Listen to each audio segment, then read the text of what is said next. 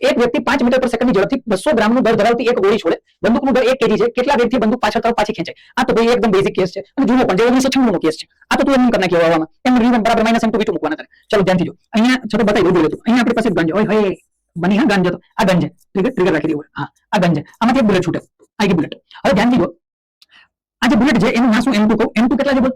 m2 છે 200 ગ્રામ. m2 કેટલા 200 ગ્રામ અને એનો વેગ v2 કેટલો છે બોલ? v2 છે 5 મીટર પર સેકન્ડ. 5 મીટર પર સેકન્ડ ગોળી છોડે, બંદૂકનું દળ m1 આપી દીધા 1 કેજી. m1 બરાબર કેટલા છે? 1 કેજી. 1 કેજી છે તો બંદૂક પાછળ તરફ પાછી ખેંચાશે કેટલા વેગથી? મતલબ મારે v1 મેળવવા જોઈ લે. તો ભાઈ ગોળી છોડ્યા પહેલા બંદૂક સ્થિર, ગોળી સ્થિર, તો ગોળી છોડ્યા પહેલાનું વેગમાન કેવું? 0. તો અહીંથી બની જશે 0 બરાબર m1 v1 plus m2 v2.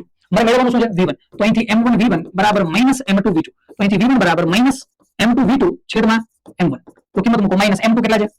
200 ગુણ્યા v2 કેટલા છે? 5 છેદમાં m1 કેટલા? 1 કેજી ગ્રામમાં ફેરવેલા છે. થઈ ગયું ને? તો અહીંથી જોઈ લે 0 0 0 0 કટ 5 2 10 10 કટ, આન્સર -1 મીટર પર સેકન્ડ. લો v1 આવી ગયા. હા તો ખાલી કિંમત કરવાની હોય તો 1 મીટર પર સેકન્ડ. -1 + 1 બે હોત તો -1. દિશા આવી તો દિશા શું બતાવો? તો બંદૂકની ગોળી જે બાજુ જાય એના કરતા વિરુદ્ધ દિશામાં, ગોળી જે બાજુ જાય વિરુદ્ધ દિશામાં બંદૂક પાછી આવશે.